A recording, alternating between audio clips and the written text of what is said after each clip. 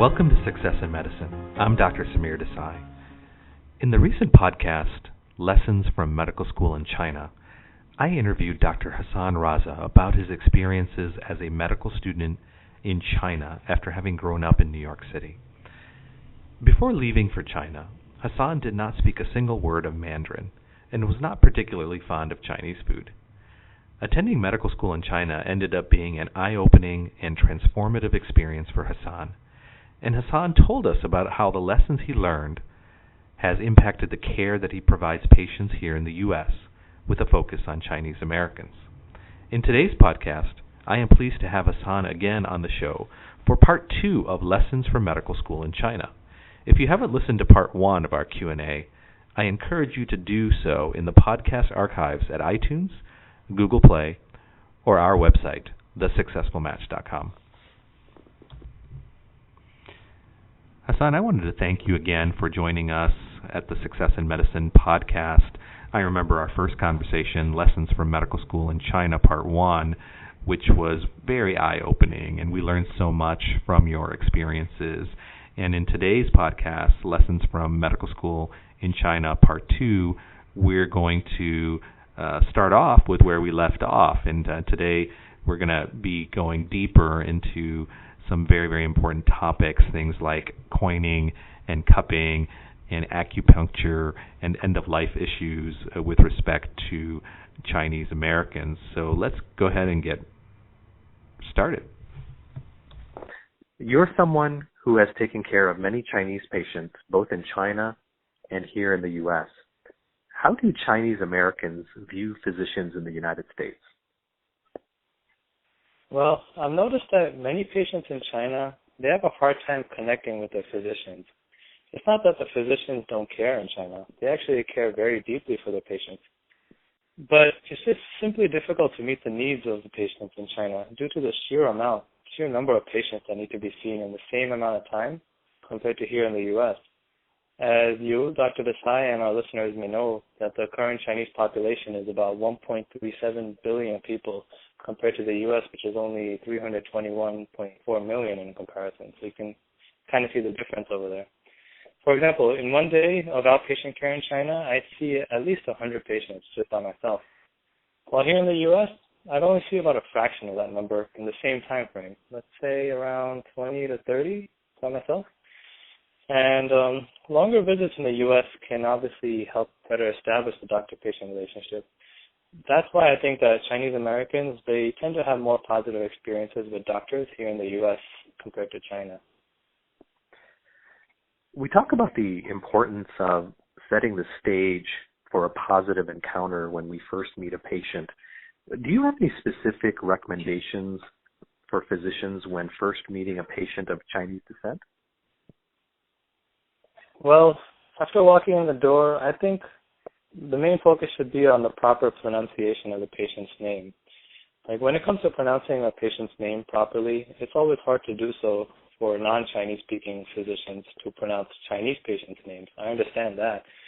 And pronunciation of the name may actually be considered a small thing, but actually, in my opinion, starting off by pronouncing the patient's name in the correct way, with the correct pronunciation, the correct order, meaning the last name comes first, or the surname first, and then the first name afterward, doing that can actually lead to a nice start of a great doctor-patient relationship and an encounter. Or, at the very least, try to ask the patient to teach you the correct pronunciation. This will also make the two of you laugh as you get it wrong a few times, and he's going to teach you again and again, and this is also a great way to kickstart the doctor-patient relationship. We know that Chinese Americans use coining and cupping to treat symptoms of minor illnesses. Can you tell us what coining and cupping are and why patients utilize such practices? Sure, Dr. Desai. So cupping, which in Chinese is called Ba Guang Fa, it's an ancient technique in traditional Chinese medicine, or TCM, which is what I'm going to refer to it from now on, and it's still widely practiced today. So basically, you take multiple cups, you apply it to the skin through very specific techniques, and the pressure in the cups are reduced, usually with heat. So that's why there's a little you have to put a little fire in there. So when the pressure in the cups are reduced, and the skin and the superficial muscle layer is drawn into and held into the cup, kind of like a squid tentacle kind of thing, like a suction cup. It's usually done on fleshy surfaces of the skin, like the back. So if you ever see a Chinese American patient with some circular ecchymosis on his or her back, don't be surprised, because it's most likely due to cupping. And the point of cupping, as preached in TCM, is that it's supposed to bring out the bad qi and the negative energies. And this whole bad qi and negative energies is a large basis of TCM philosophy, because they want to maintain the good and the bad qi in the body. Kind of like the yin and yang kind of thing, like good and bad, dark and evil kind of thing. So they're trying to maintain that balance, and they want to bring out as much negative energy as they can using this cupping method. And the main use of cupping is to relieve pain. And it can also be used in some respiratory disorders like chronic cough, bronchitis, and even some GI disorders. Now, as for coining, which in Chinese is called guasha, which literally means scraping disease, it is done for that very purpose, to scrape the skin with a flat board-like object, and it induces minor bruises, which is said to treat similar conditions as for cupping.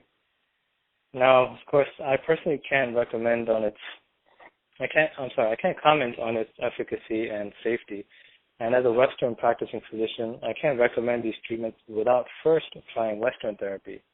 Despite this, I've noticed many patients still insist on utilizing these practices over Western medicine.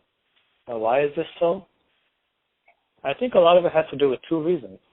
One of them being simply that Chinese patients, especially the older ones, they'll always believe in their own culture and their heritage, which includes TCM as an effective therapy for a wide variety of milder conditions like back pain, and even more severe conditions such as cancer. They tend to be very adamant about sticking to their own culture and heritage. That's one reason. And another reason why I think this is so is it could simply be due to the somewhat robotic, procedural, and non-intimate nature of Western medicine. Now, I'm not saying that that's what Western medicine is like, but that some patients may actually perceive it to be that way. Now, some patients that opt for TCM over Western medicine feel that Western practitioners are just following simple protocols like 1, 2, 3, without even putting much thought into their treatment. My personal experience with these patients is to try to first establish a good doctor-patient relationship. After exploring the minds of my patients who do seek out these practices, I've been successful in trying to convince them to incorporate TCM into their Western medical therapy as an adjunct, rather than completely abandoning the Western medicine in favor for TCM. I personally believe this is the correct way for patients to take on TCM, as research has shown patients improving with TCM, regardless of how foreign it may sound to some Western physicians. Some conditions where TCM has been shown to help in that research that I mentioned are fibromyalgia, migraines, back pain, and even depression. Well, Hassan, thank you very much for that introduction to TCM. What else should physicians know about coining and cupping? Well, physicians should know that cupping and coining are just two of the many practices involved in TCM, and that they're only scratching the surface of the world of TCM. The world of TCM is very, very large, and I'm by far no expert in TCM, but I do know that it, along with the patient's values, should be highly respected at all times if the maintenance of a good doctor-patient relationship is the goal of the physician. I think Western physicians should be at least familiar with the physical signs of a patient who has undergone coining and cupping, and should not be alarmed too much if they do see those circular ecchymoses that I mentioned, or those linear ecchymoses from cupping. And another thing that they shouldn't be too alarmed to hear is if the patient starts to describe their symptoms as feelings of heat and cold in their body, as these are also TCM kind of philosophy-like descriptions of their symptoms. And I also think that Western physicians shouldn't give a condemning tone when talking about the practice to the patient. Well, that's really great advice, Hassan. I want to ask you, what are some other traditional therapies Chinese Americans may try? There are many traditional therapies in TCM that Chinese Americans may try. Just to name a few, there's acupuncture, which most people have heard of, and there's moxibustion. Together, these two are called zhenjiu. And acupuncture, as most people know, is a technique using acupuncture needles at different meridian points on the body. These meridian points are also called 8 wind points, or Pa Feng Shui in Chinese, which is actually a transliteration of the term. Pa means 8, Feng means wind, and Shui means point or acupuncture point. This practice, just like with all TCM, is meant to balance the positive and negative energies in the body and release the bad qi that I talked about earlier. The same goes for moxibustion, which involves using dried plant materials called moxa. In Chinese, it's called airong.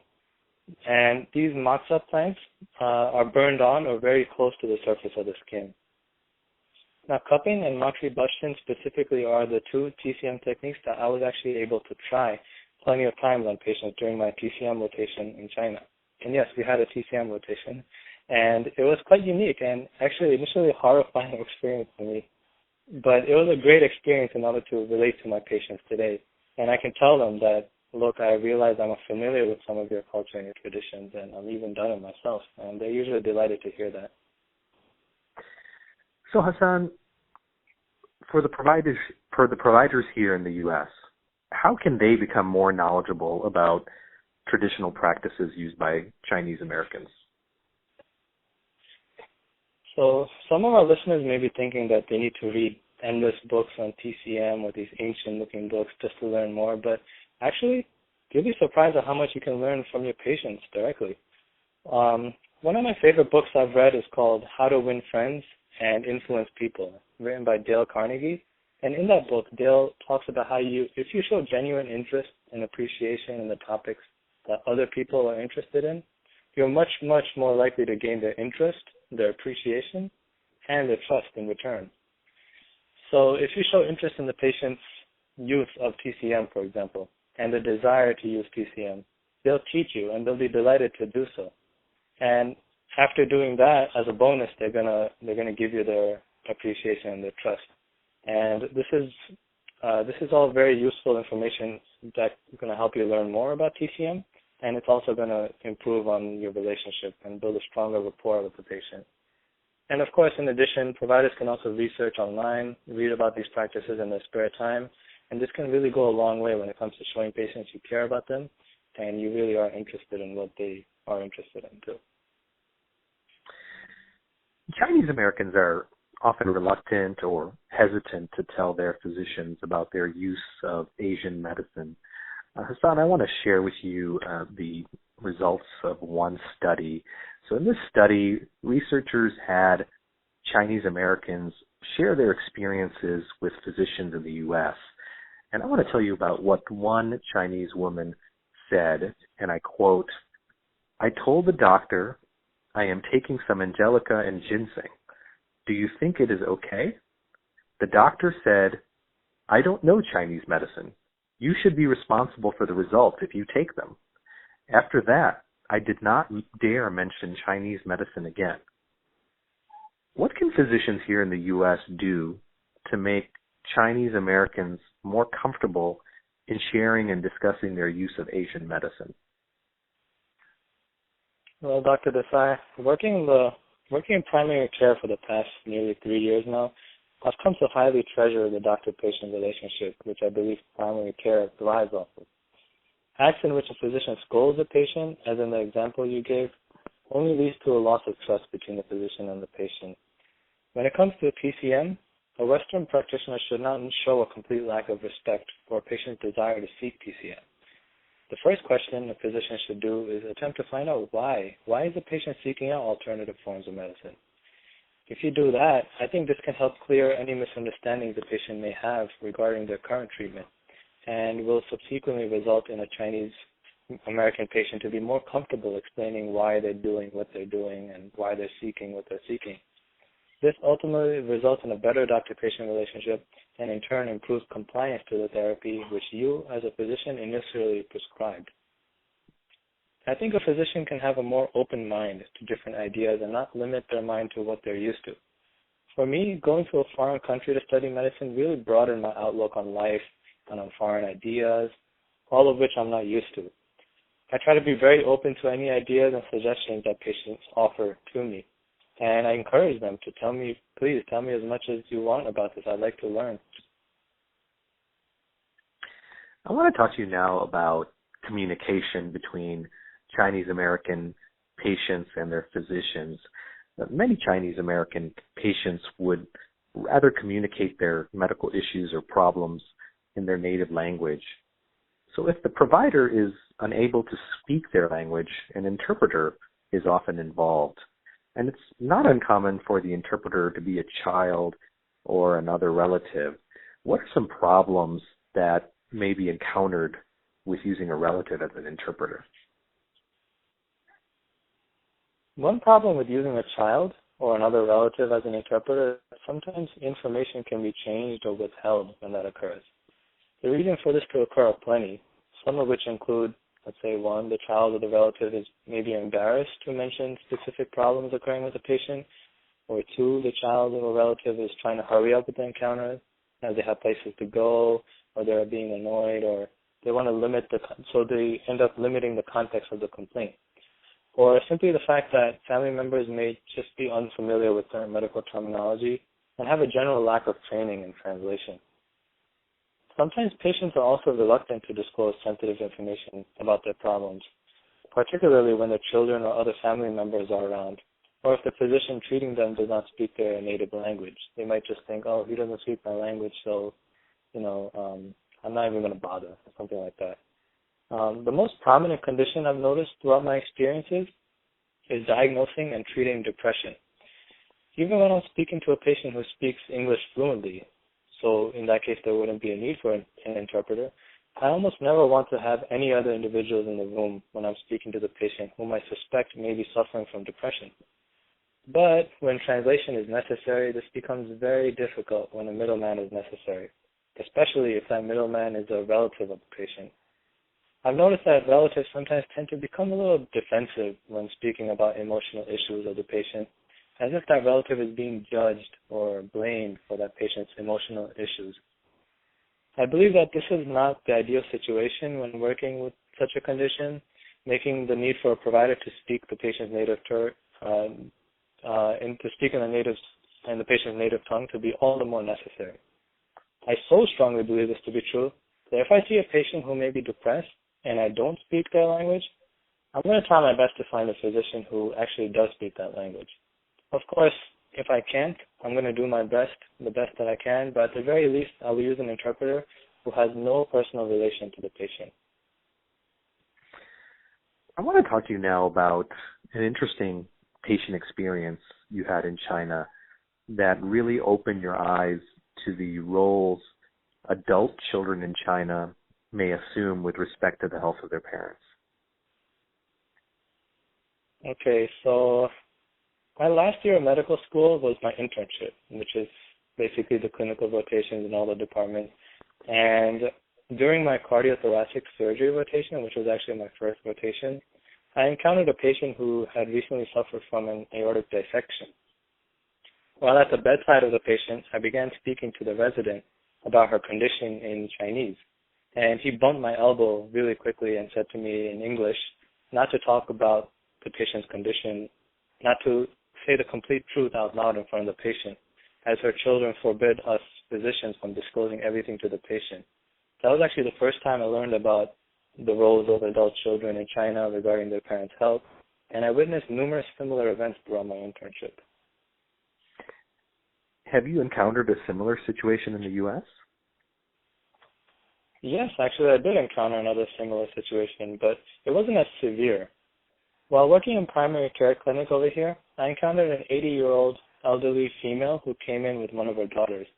And the patient presented for an annual physical, and when I tried to talk to the patient about healthcare proxies and advanced care planning, which is what we normally do for a patient of that age over here, the daughter immediately interrupted me and told me that she's going to be the healthcare proxy and everything regarding her condition should be discussed only with her or one of the sisters.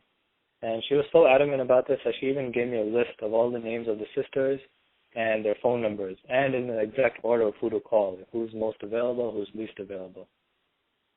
She justified her actions by saying that she's too old and telling her too much will only make her life worse. So please, doctor, let us take care of it. Now, of course, I proceeded to educate her on the system of healthcare in the U.S. and how important it is for a patient to have a say in what his or her wishes are when it comes to end-of-life care discussion. I feel this is very important, and so does the healthcare system over here. And just like in the previous podcast, when I talked about the patient who didn't want to undergo the screening test and the vaccinations and the way I connected with him, I also feel like I also connected with her. So I told her about all of the Chinese beliefs, and I was slowly able to make her understand. I feel like my knowledge of this when it comes to Chinese culture really allowed me to succeed in this encounter with the patient's daughter.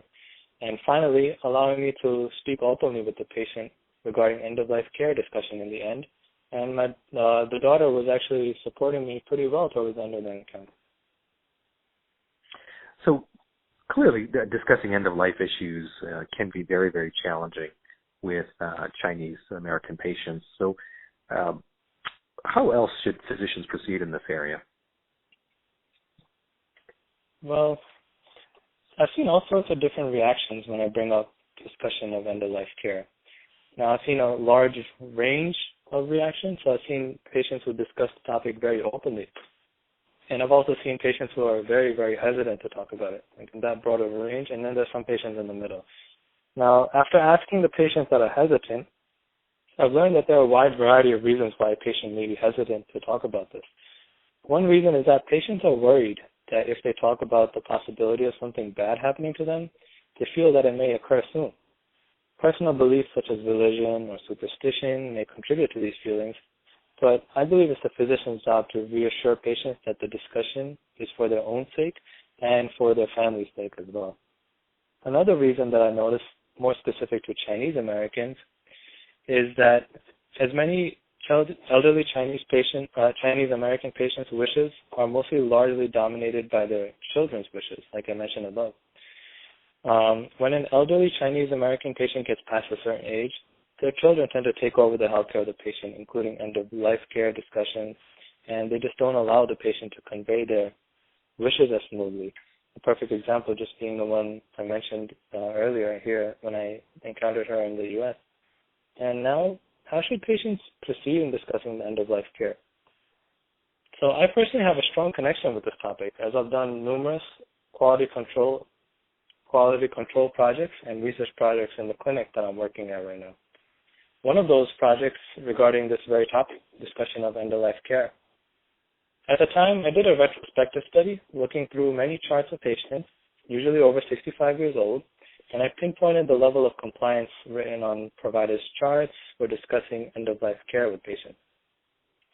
In the end, I noticed a decreased compliance regarding documentations of advanced care directive discussion and a decreased compliance of the patient returning a healthcare proxy form completed in future visits. Afterward, I took it upon myself to improve on this. I researched the possible causes of why providers were not discussing it with the patient. Some reasons included the lack of time, it's too inconvenient, or some other issues with the patient. One of the most common reasons were due to the fact that there was a whole large packet of information regarding healthcare proxies and advanced care directives, and it was just too long and tiresome for patients to go through, read all of it and understand all of it and then sign it in the end. As well as the fact that the physical exam template in the EMR, it wasn't very, very concise, and it didn't include an efficient way to document the results of the discussion. So I made a summary. In order to fix this, I made a summary with bullet points of the packet. I read through the packet. I made a nice little summary with bullet points in Chinese, in Spanish, and of course in English too. And I also made a much easier to use template in the EMR system, which allowed providers to discuss the end-of-life care a lot easier and document it a lot easily. Now, fixing these two issues, I feel it helped make it easier for providers and patients and helped improve the compliance of end-of-life care discussion in our office. Now, this is just one way that providers can make the approach of discussion regarding this topic a bit easier, as well as to simply be a bit more patient when talking about this topic, making sure not to rush with the patient, and this way the patient will understand more clearly and realize the importance of the discussion. A provider should be more open to a wide variety of patients' beliefs. Some beliefs and attitudes I mentioned above may change as immigrants adjust and adapt to Western society, but it's the physician's job to initiate the conversation and keep their eyes and ears open, remain open to many different ideas. Well, that's all very, very informative. And Hassan, I want to ask you, do you have any final thoughts or recommendations for our listeners? Well, to our listeners, I would say that nobody should feel limited to certain places or limited to certain ideas set by society or even those close to them. For example, I stepped out of my boundaries and I attended a school in a location completely foreign to me with a totally new language and a culture. Yet I was still able to become a competent physician who can provide quality care to patients in need. I highly recommend everyone to at least learn one other language other than English. Now, it may seem difficult, but I feel like it's going to be very useful. If you do learn the extra language, you may be more useful in the community when it comes to communicating with patients that can't speak English. In fact, for myself, my next language goal will be to learn Spanish, as that is another language and another culture that interests me greatly, and I would greatly improve the quality of care that I can give as a physician. So the bottom line is, always be prepared to listen to the patient. And if you can understand their language and their culture on top of that, that would be even better. Don't be afraid to dive into the culture of others that may even differ greatly from your own. You never know. It may even change your entire outlook on medicine, or even greater, your life. Well, thanks so much, Hassan, for this excellent discussion, and I want to thank you for joining us. It was my pleasure, Dr. Desai. Our entire conversation with Hassan in Part 1 and 2 of Lessons from Medical School in China is a reminder that we live in a diverse and multicultural society. To be effective in what we do as physicians and to deliver the sensitive and informed care that our patients expect, we must make cultural competence a focus of our everyday practice. If we can succeed in doing so, our patients will be much more satisfied with our care, and they'll be more likely to follow through on our treatment recommendations. The end result? Better outcomes. After all, that's what we're all striving for, isn't it? In future episodes, we'll have opportunities to revisit cultural competence in medicine. Until next time, I'm Dr. Samir Desai.